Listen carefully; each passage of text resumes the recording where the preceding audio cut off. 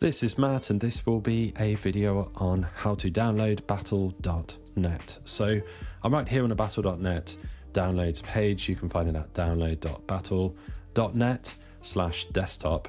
I'll include that video, that link even in the video description just below here, so you can just click that and wind up here and you won't have to search or anything like that. So it has correctly identified the operating system. I have a Mac, that is correct.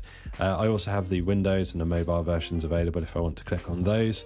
But if you're on a Windows machine, it will know that you are, and you'll have the main button will be different for you if you're on Windows. So we will now click on the big download button at the top here. It will now automatically start downloading. You can see the icon fly up there on the Mac.